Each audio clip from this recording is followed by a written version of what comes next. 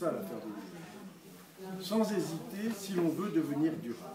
Adieu le bon sens populaire, plongeons avec délice dans le chaudron, qui n'est pas ici à La Réunion, heureusement, dans le chaudron de la complexité, des interférences, des dimensions croisées et des enchaînements. Un des classiques du développement durable se nomme double dividende. Les Anglais disent win-win. Il s'agit de faire en sorte de gagner sur plusieurs tableaux à la fois. Je fais un effort pour l'environnement et en plus, je gagne de l'argent. C'est le cas bien connu dans le bâtiment avec les économies d'énergie. Je m'isole mieux, je remplace mes vieux appareils et la chaudière ancestrale par des équipements récents et haut de gamme. Résultat, je consomme moins, je rejette moins et je dépense moins. La balance des paiements, tout comme mon porte-monnaie, se porte mieux, ainsi que les ressources de la planète et son atmosphère. Ce genre de convergence n'est pas automatique. Laissons de côté pour l'instant la question de la trésorerie et restons sur un plan technique. La bonne combinaison est à rechercher, car elle ne vient pas toute seule. Certains équipements peuvent s'avérer inadéquats, comme le débat sur les triples vitrages l'a montré. C'est un peu technique, mais excusez ce chapitre-là. Ben, passe à autre chose.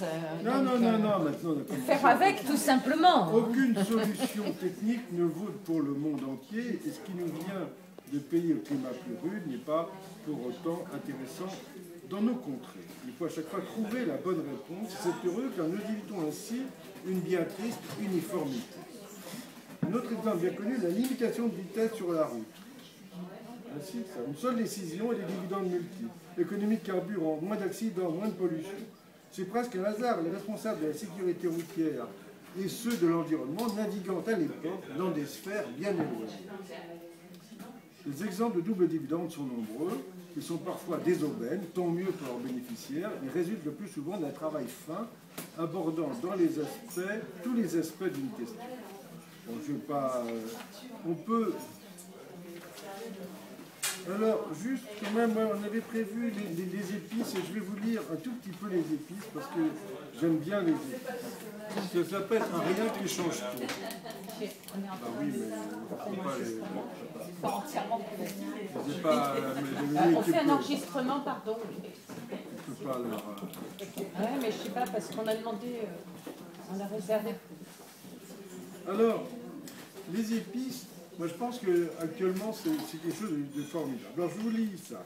Aux surprises, un grain d'épices, une ou deux pincées de poivre, un assis séché, un soupçon de gingembre et de cannelle, ajouté au mets le plus grossier, suffisent à flatter le palais d'une saveur excitante et imprévue. C'est Stefan Zweig qui écrit ça. Stefan Zweig donne le ton. C'est dans Magellan, un livre dont je vous recommande la lecture. Il est possible de créer une forte intensité émotionnelle avec très peu de choses. Ce qui est vrai des épices pour la cuisine, le serait-il dans d'autres domaines? Les épices donnent du goût, transforment le plomb en or, la fadeur en saveur. Elles permettent d'exprimer sa personnalité, de varier à l'infini sur une même recette, de tenter des mariages improbables, de surprendre, de donner de la valeur à des mets sans intérêt. Elles mêlent l'utile et l'agréable. En plus de charmer vos papilles, elles conservent et elles soignent. Que de vertu! On ne fait pas mieux pour donner de l'intensité à la vie. Alors, après, on peut dire, vous voyez, ce concept d'épices, à une époque